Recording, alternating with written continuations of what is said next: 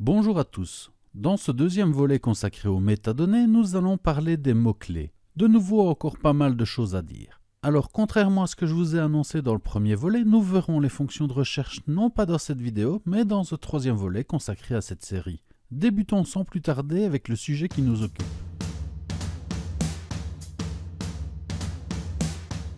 On peut commencer par se demander quel est l'intérêt de passer son temps à introduire des mots-clés sur ces images. La raison principale est, comme vous vous en doutez, de faciliter la recherche d'images. Imaginons que vous photographiez des champignons depuis des années et que vous disposez de centaines de photos les représentant. Afin de retrouver ces images, vous pouvez bien sûr les placer sur votre disque dur dans un répertoire dédié. Oui, mais comment faire si vous voulez aussi les trier par caractéristiques? Par exemple, les espèces avec ou sans lamelles. Vous pourriez alors créer deux sous-répertoires avec comme nom avec lamelles et sans lamelles. Tout cela est faisable, mais montre vite des limitations. Imaginez que vous voulez trier tous les champignons de couleur blanche et qui sont comestibles. Vous devriez alors, par exemple, créer pour chaque dossier un répertoire couleur blanche et un sous-dossier comestible. Et ainsi de suite pour chaque critère. Procéder de la sorte est impossible, et c'est là qu'intervient la magie d'un catalogueur d'images comme les Lightroom. Vous pouvez ranger vos photos n'importe où sur vos ou vos disques durs et les retrouver facilement. Une façon simple de les retrouver est d'attribuer à vos images des mots-clés. Dans l'exemple que je prends ici, pour chaque image représentant un champignon, je peux leur attribuer les mots-clés champignon, avec ou sans lamelles, la couleur, leur comestibilité, etc. Je peux ensuite aisément retrouver toutes les photos de champignons en utilisant un ou plusieurs de ces critères. Mieux encore, lors de mes recherches, je peux combiner les mots-clés avec d'autres caractéristiques de recherche. Par exemple, je peux demander les photos de champignons blancs sans lamelles, comestibles et photographiées en 2017 avec mon objectif macro 100 mm. Cela est possible en combinant les métadonnées mots-clés et EXIF lors de ma recherche. Comme nous le verrons dans le troisième volet de cette série, les possibilités sont quasi infinies. Si vous êtes convaincu de l'utilité des mots-clés, alors voyons comment procéder. Dans le module bibliothèque, vous disposez de deux panneaux pour gérer vos mots-clés. Les panneaux mots-clés et liste des mots-clés. Ouvrons ces panneaux. Pour attribuer un mot-clé à une ou plusieurs images, il vous suffit de sélectionner une ou plusieurs images et d'introduire un ou plusieurs mots-clés dans la section étiquette de mots-clés à cet endroit, ou encore dans la grande fenêtre juste au-dessus. Assurez-vous également que la liste déroulante affiche bien « Entrez les mots-clés ». Je vais sélectionner ici toutes les images représentant des champignons. Ensuite, dans le panneau mots-clés, j'introduis champignons et bois pour indiquer que ce sont des champignons des bois. Remarquez que pour introduire deux mots-clés, je les sépare par une virgule. Pour valider, utilisez la touche Entrée. Vous voyez ce qui se passe, les mots-clés apparaissent dans la grande fenêtre étiquette de mots-clés pour là où les images sélectionnées. Et ceux-ci ont été ajoutés dans la liste de mots-clés avec à droite le nombre d'images contenant le mot-clé repris, à savoir 71 images pour champignons tout comme pour bois. Maintenant, je vais sélectionner dans mes images les champignons à lamelles et introduire le mot-clé lamelles pour ceux-ci. Petite astuce en passant, au lieu de cliquer sur le champ texte permettant d'introduire le mot-clé, vous pouvez utiliser le raccourci clavier CTRL-K comme je le fais ici. Cela vous place directement en mode édition dans le champ adéquat. Je vais continuer à attribuer quelques mots-clés et je vous retrouve de suite. Voilà qui est fait. Pour votre information, j'ai attribué le mot-clé blanc aux champignons blancs, comestibles à ceux dont je suis sûr qu'ils le sont. J'ai aussi attribué quelques mots-clés sur d'autres images de ma bibliothèque, fruitier, rouge, bouteille, bouteille au pluriel, grotte, et enfin quelques mots-clés sans intérêt. Vous voyez que ma liste de mots-clés s'est étoffée. Vous voyez aussi que si je choisis une image, les mots-clés correspondant à celle-ci s'affichent dans la fenêtre étiquette de mots-clés et que dans la liste de mots-clés sont cochés ceux correspondant à mon image. Si je sélectionne plusieurs images, voyez que dans la fenêtre mots-clés apparaissent tous les mots-clés correspondant aux images sélectionnées. Ceux avec un astérisque indiquent qu'ils ne sont attribués qu'à une partie des images de ma sélection. S'il n'y a pas d'astérisque, c'est qu'ils sont communs à toute ma sélection. Dans la liste de mots-clés, une coche indique les mots-clés communs à toutes les photos. Un signe moins indique que seulement certaines photos ont ce mot-clé et aucun symbole indique qu'aucune image de ma sélection n'a ce mot-clé. Attention que si vous cliquez sur le signe moins dans la liste des mots-clés, vous attribuez alors le mot-clé à toutes les images sélectionnées. De même si vous enlevez l'astérisque à partir de la fenêtre étiquette de mots-clés. Si vous souhaitez supprimer un mot-clé identique sur une ou plusieurs images, faites une sélection et enlevez-le dans la fenêtre étiquette ou décochez-le dans la liste. Si vous souhaitez attribuer un mot-clé qui existe déjà dans votre liste à une ou plusieurs images, faites une sélection et cliquez simplement à gauche de votre mot-clé dans la liste. Voyez aussi que dans mots-clés, vous avez deux autres sections. Cliquez sur les triangles pour les développer si elles ne sont pas ouvertes. Vous pouvez également attribuer des mots-clés en cliquant sur ceux qui s'affichent dans ces sections. Dans la première section, on vous propose des suggestions. La deuxième section vous permet de choisir des ensembles de mots-clés et de choisir parmi ceux-ci. Par défaut, les mots-clés récents. Vous pouvez choisir d'autres ensembles en cliquant sur la liste déroulante. Nous y reviendrons plus tard. Maintenant que nous avons vu les bases pour introduire des mots-clés, il est temps de s'arrêter et de réfléchir un peu. Posons-nous quelques questions et essayons d'y répondre. Combien de mots-clés dois-je introduire par image? Il n'y a pas de règle absolue, soyez juste attentif au point suivant. Plus vous introduisez de mots-clés, plus il vous faudra de temps pour documenter vos images et plus vous allez vous demander quels mots-clés attribuer à quelles images. Évitez de mettre des mots-clés inutiles ou redondants. Par exemple, inutile de mettre l'année ou la focale utilisée, ces données sont déjà présentes dans les exifs. Évitez les mots-clés à plusieurs sens, comme pièce qui peut désigner de la monnaie, un endroit, un spectacle, un morceau, etc. Ceci étant dit, même en appliquant quelques règles de bon sens, ma liste de mots-clés s'allonge de façon considérable. Je ne m'y retrouve plus. Comme vous le voyez, la liste est triée de façon alphabétique, cela peut donc vous aider. Vous pouvez aussi utiliser la fonction recherche du panneau liste. Une autre idée est de créer ce que l'on nomme des listes hiérarchiques, autrement dit une arborescence de mots-clés. Attention de ne pas tomber dans le piège de vouloir créer trop de sous-étiquettes imbriquées, limitez-vous à des catégories bien distinctes. Par exemple, dans notre cas, on peut placer tous les mots-clés qui se rapportent à champignons sous ce même mot-clé champignon. Pour cela, il me suffit de sélectionner les mots-clés correspondants et de les glisser sur champignon.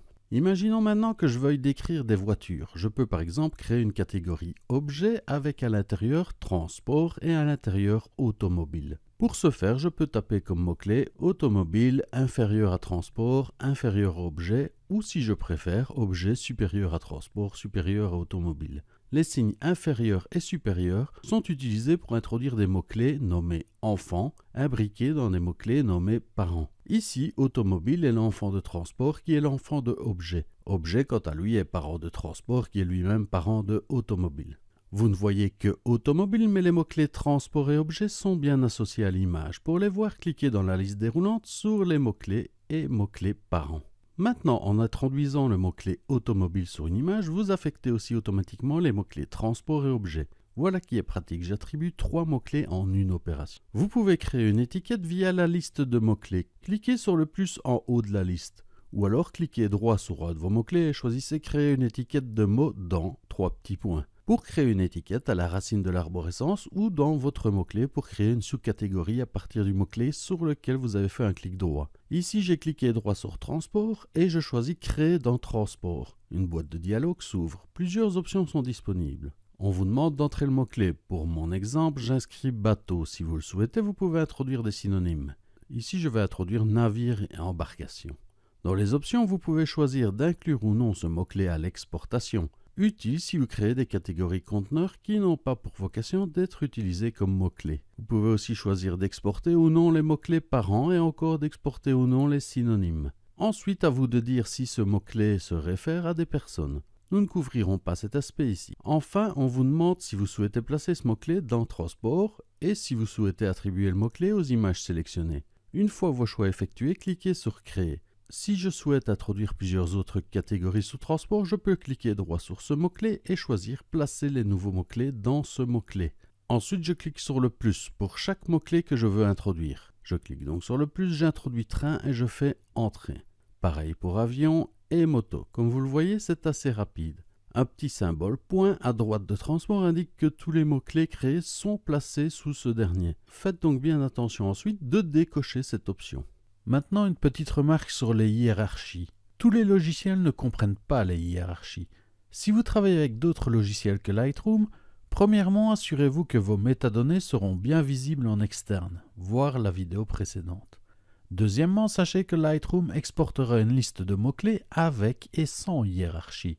Troisièmement, si votre logiciel externe ne travaille pas comme Lightroom et que vous rapatriez l'image, vous allez avoir de drôles de surprises, comme par exemple des mots-clés qui viennent s'ajouter à votre liste, mais sans hiérarchie. Bref, si vous travaillez avec des applications tierces et réimportez les images sous Lightroom, vérifiez bien leur compatibilité avec le système hiérarchique. Suivant vos besoins, pesez donc bien le pour et le contre de ce système par rapport à un système de mots-clés non hiérarchisé. Pour les systèmes hiérarchisés, voyons le pour. On peut dire qu'on a une liste de mots-clés mieux organisée, l'attribution de plusieurs mots-clés en une fois. Le contre, il faut plus de temps pour créer une organisation claire. C'est plus complexe à entretenir. Des problèmes possibles si utilisation de logiciels tiers. Concernant les listes à plat, elles sont plus simples à mettre en œuvre et compatibles avec toutes les applications gérant les mots-clés. Le contre, la liste devient vite longue et donc on risque de ne pas s'y retrouver. Maintenant, posez-vous la question de savoir si les mots-clés sont à usage personnel ou pour diffusion. Pour un usage privé, il n'y a pas de règle à part celle que vous définissez vous-même. Si par contre il s'agit d'envoyer vos images sur des banques de données, vous avez intérêt à utiliser des mots-clés standardisés. Pour cela, il existe des listes de vocabulaire contrôlées payantes ou gratuites. Faites donc une recherche sur Internet. Dans les résultats, vous tomberez notamment sur le site de Marie et Julien qui propose plusieurs listes gratuites et qui vous propose même de mettre à jour ces listes via GitHub si cela vous intéresse. Merci à eux pour ce genre d'initiative. Dois-je utiliser des majuscules, des minuscules, des accents, etc. À vous de voir, la recherche ne tient pas en compte les majuscules minuscules. Essayez cependant d'être cohérent. Ne mélangez pas des mots-clés singuliers et pluriels comme je l'ai fait ici par exemple. À force d'ajouter des mots-clés, vous allez certainement constater des incohérences dans ceux-ci ou des erreurs. Voyons donc maintenant les différents problèmes auxquels vous allez certainement être confrontés. Par exemple, je me rends compte ici que mon mot-clé automobile n'est peut-être pas adéquat. Puis-je le renommer, le changer et plus généralement, quel mot-clé dois-je introduire? Voiture, auto, automobile, etc. Si je souhaite le changer, il me suffit de cliquer avec le bouton droit sur automobile et de choisir modifier l'étiquette de mot-clé. Je peux par exemple le changer par voiture si je trouve cela plus pertinent. Toutefois, il me semble que auto et automobile sont de bons candidats. Je les place alors dans synonyme. Nous avons déjà vu les autres options un peu plus tôt, je les laisse donc ainsi. Il me suffit de cliquer sur Enregistrer. Que faire si vous souhaitez réorganiser votre hiérarchie? Eh bien c'est très simple, il vous suffit de procéder par glisser-déposer. Par exemple, dans mon exemple ici, je me rends compte que les mots-clés blanc et rouge se rapportent à bien d'autres choses qu'à mes seuls champignons. Je vais donc créer une catégorie couleur et y glisser ces deux mots-clés par glisser-déposer. Je me suis trompé dans un mot-clé, je l'ai mal orthographié. Faites comme auparavant et renommez le mot-clé. Ici j'ai mal orthographié grotte, il manque un T, je le renomme. J'ai des mots-clés inutiles, comment les supprimer? Simplement en les sélectionnant et en cliquant sur le moins. Ici je vais sélectionner bidon 1, inutile 1 et vide 1. Ensuite je clique sur le moins. Un message d'avertissement m'indique la suppression de ces mots-clés de toutes les images ainsi que de la liste. Je confirme par supprimer.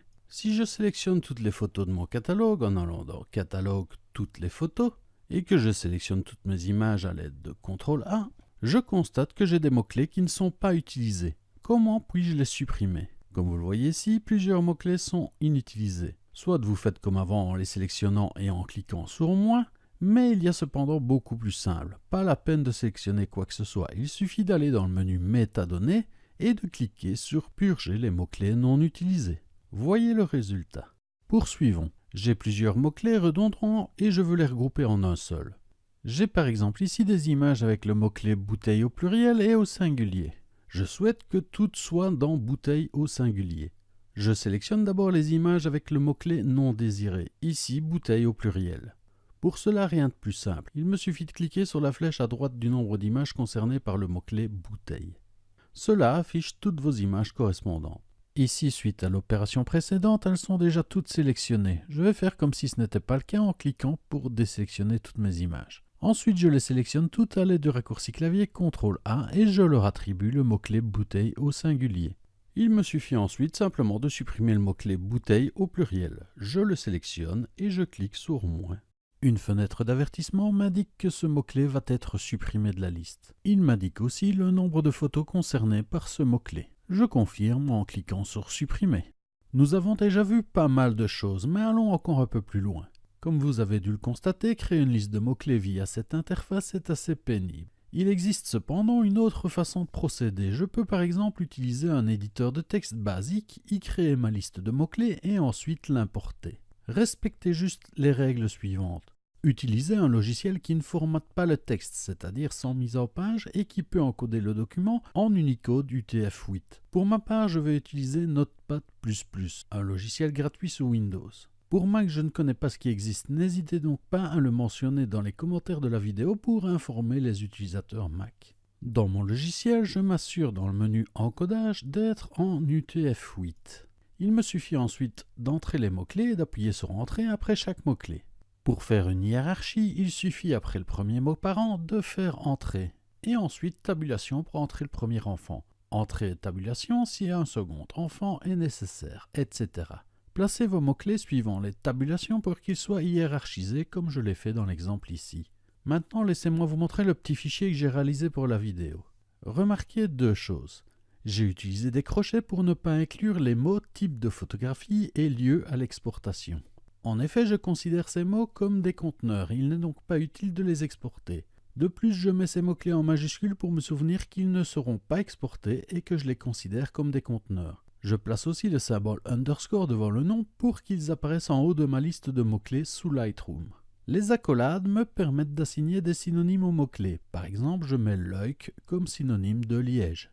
Notez que ces caractères spéciaux sont uniquement utiles lorsque vous créez un fichier texte destiné à être importé. Si par exemple vous créez un mot-clé avec crochet ou accolade sous Lightroom, cela aura pour effet de créer un nouveau mot-clé entouré de crochets ou d'accolades. Revenons sur Lightroom et importons ce fichier de mots-clés. Pour cela, il me suffit d'aller dans le menu Métadonnées, importer les mots-clés. Je choisis mon fichier texte et je clique sur Ouvrir. Vous voyez que mes mots-clés sont apparus dans ma liste. Comme celle-ci est triée alphabétiquement, remarquez que lieu et type de photographie apparaissent bien en première position. Maintenant que j'ai développé une bonne partie de ma liste, affichons les propriétés de lieu. Pour cela, je fais un clic droit sur mon mot-clé lieu et je choisis Modifier l'étiquette. Voyez que Inclure à l'exportation n'est pas coché. Visualisons les propriétés de Liège.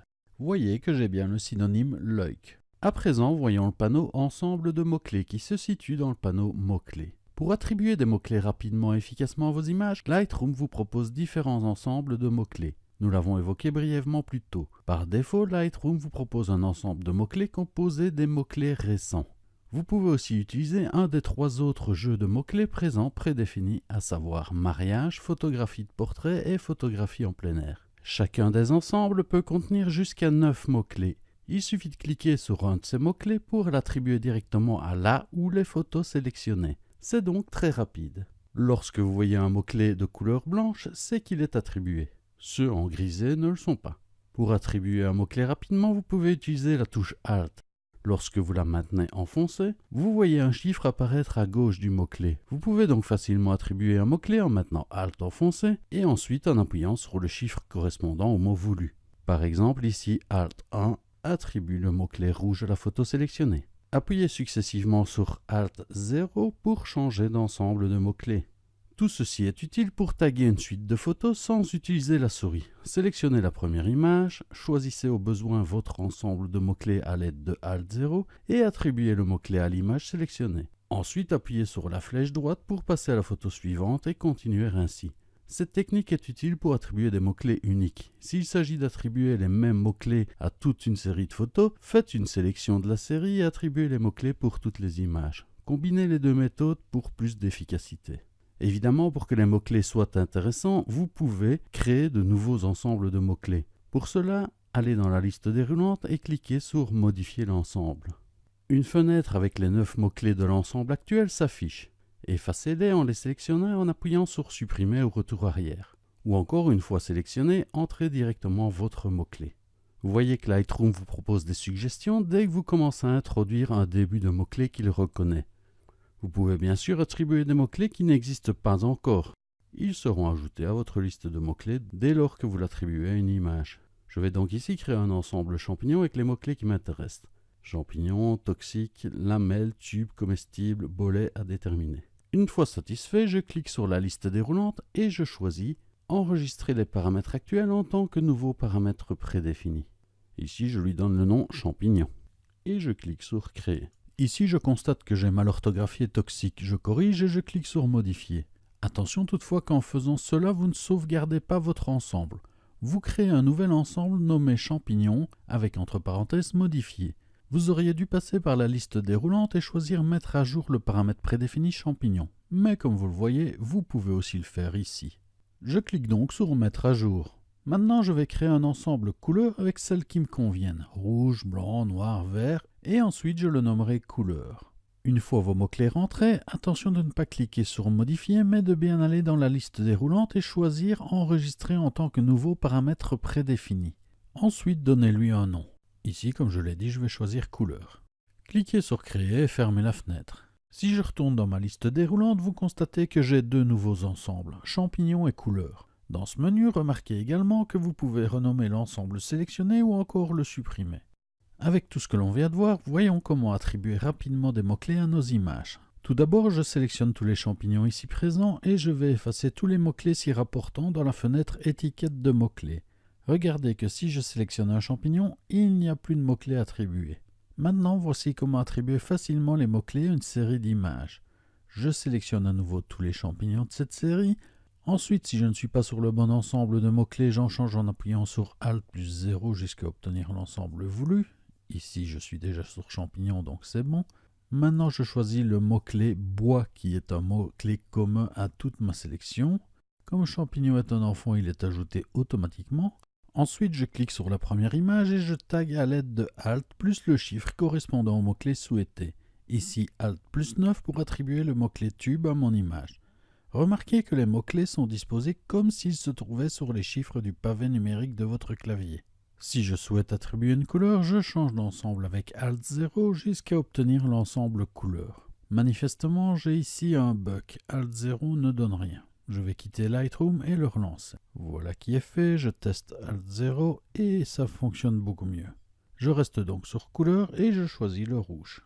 Autrement dit, Alt 7. Je passe ensuite à la photo suivante à l'aide de la touche flèche droite et je continue à taguer mes photos de cette façon. Donc ici blanc, Alt 9, je change d'ensemble, je reviens sur champignon et disons que je vais mettre bolet et comestible. Il me suffit de poursuivre ainsi sur toute ma série d'images. Bon, ici je rentre n'importe quoi, mais c'est juste pour l'exemple.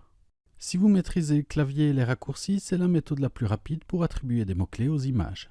Il existe encore plusieurs fonctions liées aux mots-clés. Citons-en encore quelques-unes sans entrer dans les détails. Voyons cela. Peut-être avez-vous remarqué que lorsque j'introduis un mot-clé, un symbole apparaît sur la vignette de mon image. Ce symbole m'indique la présence de mots-clés. Si vous n'avez pas ce symbole, allez dans le menu Affichage et Options d'affichage. Assurez-vous que Badge de vignette est coché. Vous voyez que si je le décoche, mes badges disparaissent. Tout à l'heure, nous avons vu qu'il était possible d'importer des listes de mots-clés. Naturellement, vous pouvez aussi les exporter. Pour cela, allez dans le menu Métadonnées et choisissez Exporter les mots-clés. Il existe aussi un autre outil, le pot de peinture dont je ne parlerai pas ici, qui permet lui aussi d'attribuer des mots-clés. Vous pouvez directement attribuer des mots-clés à l'importation de vos images. Notez que ceci n'est utile que pour un ou des mots-clés correspondant à toutes vos images importées. Et bien voilà, nous avons vu une grande partie de tout ce qu'il est possible de faire pour gérer les mots-clés. Ce que vous devez surtout retenir, outre la façon de procéder, est de ne pas vous lancer sans réfléchir sous peine de nombreuses erreurs et ou incohérences. De plus, si vous ne l'avez jamais fait et devez taguer des milliers de photos, cela va vite vous sembler pénible. Accordez-vous plutôt quelques périodes de temps à autre pour taguer une partie de vos images et régler les divers problèmes au fur et à mesure. N'hésitez pas à commenter la vidéo et à mettre vos trucs et astuces concernant les mots-clés. Cela peut servir à tous. Enfin, dans le troisième volet, nous verrons que les efforts fournis lors de l'encodage des métadonnées sur nos images seront récompensés. Merci d'avoir suivi ce tutoriel et à bientôt pour la prochaine vidéo consacrée aux fonctions de recherche.